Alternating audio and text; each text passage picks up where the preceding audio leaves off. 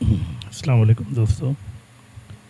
पिछली वीडियो में हमने सीखा था कि प्रो शो प्रोड्यूसर में हम ऑडियो किस तरीके से लगाएं और जो पिक्चर्स हैं उनकी सेटिंग कैसे करें।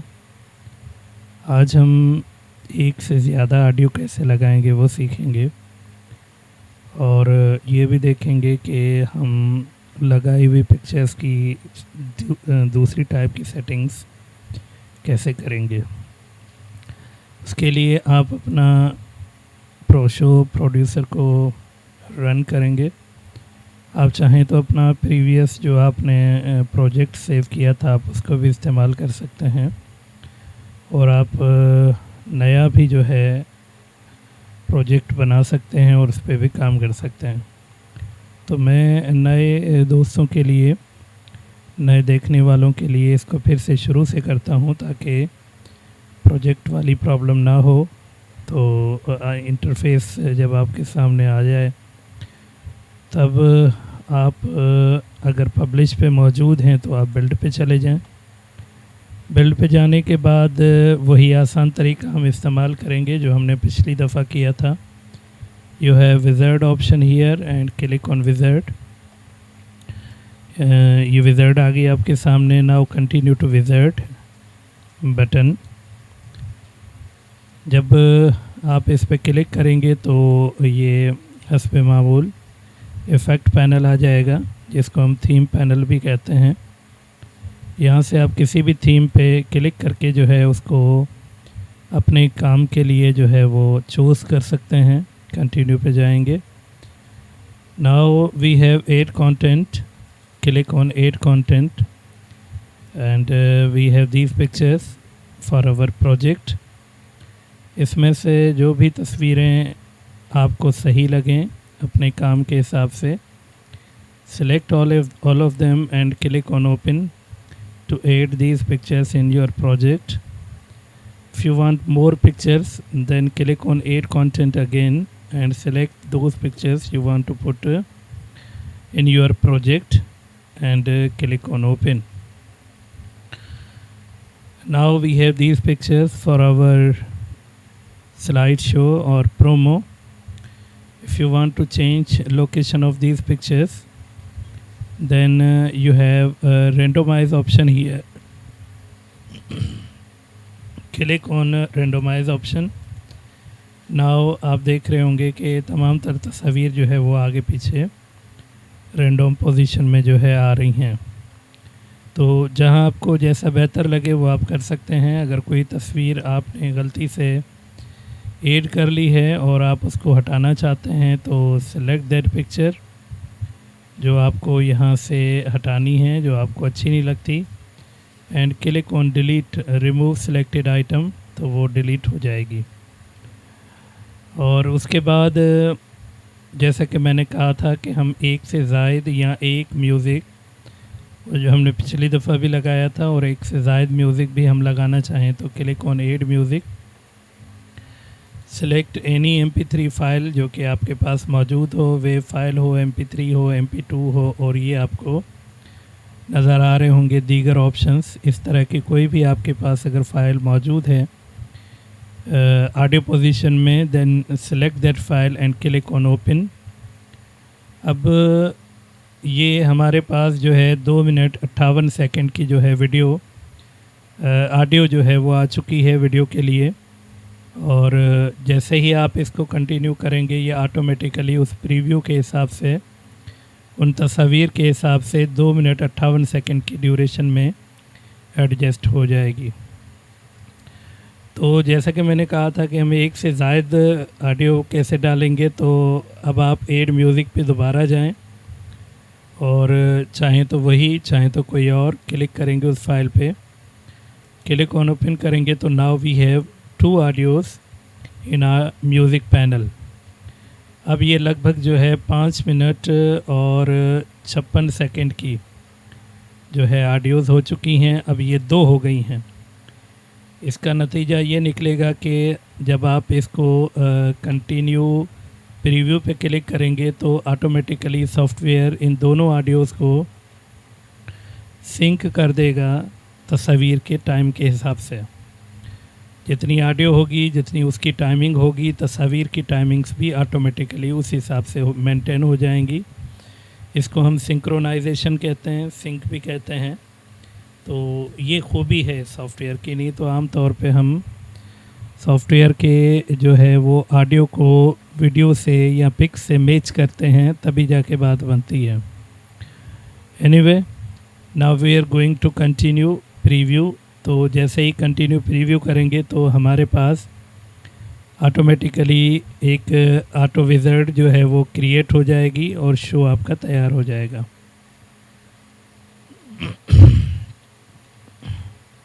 तो जब तक ये शो तैयार होगा तब तक आपको जो है कुछ भी नहीं करना है, बस वेट करना है कंप्लीट जब हो जाए। ठीक है जी। तो अब ये कंप्लीट होने के बाद हमारी जो है वीडियो एक तैयार हो गई है, प्रोमो तैयार हो गया है। एक चीज़ जो और बतानी थी वो यहाँ पे है, प्रो शो का ऑप्शन है। इसको जैसे है, आप फ़िलहाल इसको ऐसे ही छोड़ें, बेहतर है। ये मैं किसी और जो है वो वीडियो में आपको समझाऊँगा। फ़िलहाल अप्लाई एग्जिट विज़ार्ड पे क्लिक कीजिए। आपकी जो है वीडियो तैयार हो गई है। इसे आप अगर देखना चाहें तो देख सकते हैं। और नीचे ऑडियोज़ भी मौजूद हैं, पहली ऑडियो भी मौजूद है और दूसरी ऑडियो। ये दोनों के कलर्स भी आपको डिफरेंट नज़र आ रहे होंगे। इट मीन्स कि ये दोनों ऑडियोज़ जो है एक दूसरे से अलग हैं, दो ऑडियोज़ हैं। ठीक है जी। तो अब आप इसको अपनी वीडियो को जो है देखना चाहते हैं तो आप इसको प्ले करके देख सकते हैं। ये हमारी जो है वीडियो चल रही है और इसमें बड़ा ही अच्छा किस्म का इफ़ेक्ट आ रहा है और ये ज़्यादा देर तक जो है ये चीज़ें चल रही हैं। इसकी वजह ये है कि हमने दो ऑडियोज़ लगाई हैं। तो चूँकि दो ऑडियोज़ लगाई हैं तो फिर दो ऑडियोज़ के हिसाब से टाइम की ड्यूरेशन ऑटो सेट हो गई है, तस्वीर की स्पीड जो है वो कम हो गई है। तो अगर आप इस सेटिंग से सेटिस्फाई हैं, मुतमैन हैं, फिर तो ठीक है, फिर आप इसी को जो है आगे चलाएं। अब ये अगर फुल स्क्रीन पे वीडियो आ गई है तो एस्केप का बटन आप दबाएंगे तो ये वापस अपनी सेम पोजीशन पे चली जाएगी। और जैसे कि हमने इसमें दो ऑडियोज़ डाली हैं तो ऑटोमेटिकली अगर आप गौर करें तो ये जो टाइमिंग है, टाइमिंग ऑफ स्लाइड्स और टाइमिंग ऑफ पिक्स, ये 8 सेकंड 8 सेकंड 8 सेकंड ये इस हिसाब से ऑटो डिस्ट्रीब्यूट हो गई है। अगर आप से गलती हो गई है या फिर आप एक ऑडियो को रिमूव करना चाहते हैं तो how can you remove any audio और any part of your audio in your slide और in your promo? Then double click on audio area. This is a story area and this is an audio area. Double click on this audio. Now we have audio settings here, soundtrack here, and both audios are available in this panel, this audio and this audio. If you want to remove any audio, then click on that one and click on this dustbin icon, remove track, delete the selected track and now click on that। तो एक audio हमारी remove हो गई, एक audio हमारी मौजूद है। Then okay पे क्लिक करेंगे, ऑडियो हमारी एक डिलीट हो जाएगी और ये ऑडियो आपको जो है यहाँ पे दिखेगी भी कि ऑडियो यहाँ से रिमूव हो गई है। यानी कि एक है और एक जो दूसरी थी which was in different colour, then now that area is empty. और अब एक प्रॉब्लम क्रिएट हो गई है क्योंकि हमने शुरू में दो ऑडियोज़ दी थी तो ऑटोमेटिकली टाइम सेट हुआ था दो ऑडियोज़ की मुनासिबत से, तो दो जो है बैकग्राउंड म्यूज़िक के हिसाब से। तो अब हमारे लिए जो प्रॉब्लम है वो ये है कि एक जो हमारा कुछ हिस्सा है तस्वीर का वो ऑडियो से जो है वो खाली हो गया है।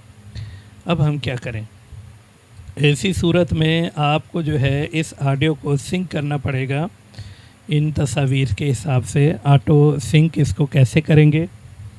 अगर ये सॉफ्टवेयर ना होता तो आपको ऑटो सिंक जो है वो मैन्युअली करना पड़ता है, इसकी टाइमिंग्स जो है वो सेट करके। मगर हम चूँकि जो है ये प्रो शो यूज़ कर रहे हैं तो इसकी ये खूबी ये भी है कि ये ऑटो सिंक की सहूलत देता है। सो double click on audio area and now हम यहाँ पहुँच गए हैं। यहाँ पे सिंक स्लाइड टू ऑडियो, ये 3 ऑप्शन जो साउंड ट्रैक टूल्स के आपको दिख रहे हैं यही हमारे काम के हैं। इसमें सिंक स्लाइड टू ऑडियो का ऑप्शन है, आपने इस पर क्लिक करना है और ये आपको दिखा भी रहा है कि ये किस हिसाब से इसको ऑटो सिंक करेगा। डिफरेंस ये दिखा रहा है आपको कितना डिफरेंस है जो है आपकी तस्वीरों में और ऑडियो में। Now click on sync. अब हमारा जो है ये प्रोजेक्ट सिंक हो चुका है ऑडियो के हिसाब से। जब ओके करेंगे तो ये सिंक्रोनाइजेशन जो है ये हो गई है। और जब आप गौर करें तो पहले यहाँ पे 9 सेकंड था, यहाँ पे 8 या कुछ था। अब चूँकि ऑडियो 1 हो गई है तो जो ड्यूरेशन ऑफ दीज पिक्चर्स है वो भी कम हो गया है। और अगर आप अपने पूरे प्रोजेक्ट को देखेंगे यहाँ से तो देखें तमाम तर तस्वीर के नीचे जो है ऑडियो रिकॉर्ड, आपको सिंबल्स ऑफ दैट ऑडियो नज़र आ रहे होंगे। पहले मेरे ख्याल से हम यहाँ पे थे और यहाँ से ऑडियो जो है वो रिमूव हुआ था। तो यकीनन ये बात आप समझ गए होंगे। अब आप जब इसको प्ले करेंगे तो आपकी जो है ऑटोमेटिकली वो जो आपने जो प्रोमो बनाया है वो चलना शुरू हो जाएगा। ये हमारा प्रोमो जो है वो चल रहा है, हमारी तस्वीर चल रही हैं और इनकी अब जो टाइम ड्यूरेशन है वो भी पहले से कम है। स्केप दबा के हम वापस प्रोजेक्ट की जानिब लौटेंगे। तो सो फार सो गुड। नाउ हमारा प्रोमो तैयार हो गया है जिसमें आपने सीखा और समझा कि 2 चीज़ें जो है या 2 ऑडियोज़ हम कैसे लगा सकते हैं अपने प्रोजेक्ट के अंदर, और ऑडियो को सिंक हम कैसे करेंगे अपने प्रो शो प्रोड्यूसर 9.0 के अंदर।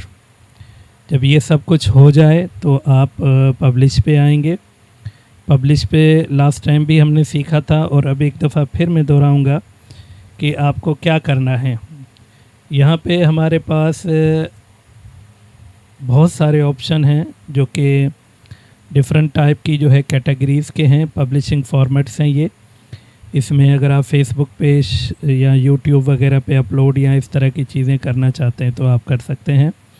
लेकिन हमें ये वीडियो जो है वो चाहिए फॉर वेब पर्पस और डिवाइस पर्पस, या फिर हमें कंप्यूटर पे इसको देखना होगा तो उसके लिए हम क्रिएट पे क्लिक करेंगे, या फिर यहाँ पे हमारे पास कस्टम वीडियो फाइल जो नज़र आ रही है हम इस पे क्लिक करेंगे। इन दोनों में से कोई भी एक ऑप्शन जो आपको सही लगे आप उस पर क्लिक करेंगे। Now click on create option. Create option पे जाने के बाद ये we have standard video format MPEG-4 H.264, यही फॉर्मेट जो है आमतौर पे वीडियो के तौर पे हम यूज़ करते हैं। 1080p ये फुल HD कहलाता है, ये HD कहलाता है, 480p 360p and 4K ultra HD ये सबसे हाईएस्ट पॉइंट है। पिछली दफ़ा भी मैंने बताया था कि अगर आपके पास तस्वीर ज़्यादा हैं, डाटा ज़्यादा है तो आप इसको चूज़ मत कीजिएगा, क्योंकि आपका सिस्टम जो है वो बेचारा बहुत ही बुरे हाल में आ जाएगा और टाइम भी बहुत लगेगा। और हमारे यहाँ तो चूँकि लाइट का भी बड़ा बहरान है कि अगर ये बीच में कंडीशन ख़राब हो गई, लाइट चली गई, तो ये सारा सेटअप आपको दोबारा जो है वो बनाना पड़ेगा, क्योंकि टाइम बहुत लगेगा। 4K अल्ट्रा HD जो है सबसे हाईएस्ट किस्म का जो है वो वीडियो फॉर्मेट है, और ये हर कोई जो है वो डिवाइस भी इसको सपोर्ट नहीं करती सॉरी। इसके बाद 8K भी आता है तो वो सबसे हाईएस्ट है, 4K उससे कम है, 2K भी होता है और फुल HD भी होता है। यानी ये फुल HD से 2 दर्जे जो है ऊपर की रेजोल्यूशन है। इसमें आपको रिज़ल्ट जो है बड़ा ही क्रिस्टल और क्लियर दिखेगा।